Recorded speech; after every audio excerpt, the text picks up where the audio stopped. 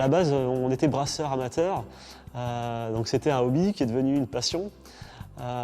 Et puis parallèlement à ça, je pense qu'on commençait un peu à s'ennuyer tous les deux dans notre métier respectif.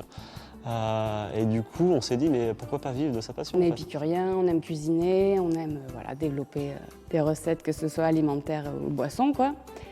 Et on avait envie de se lancer un jour à notre compte.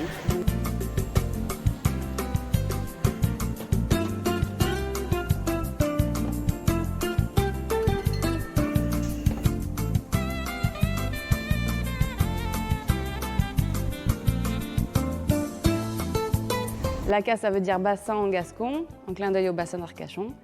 Et les Boyates sont le premier peuple du pays de Buch, donc le premier peuple autour du bassin. Donc on voulait un nom qui sonne régional.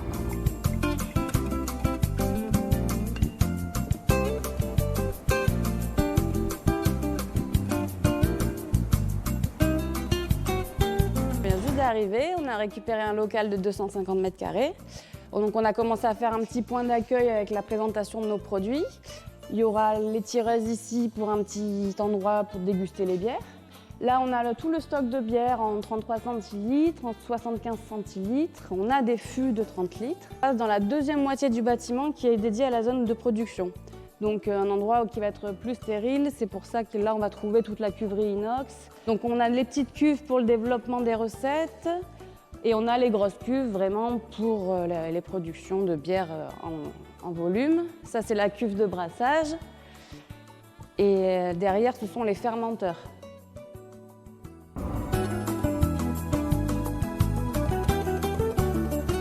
On travaille avec du vivant.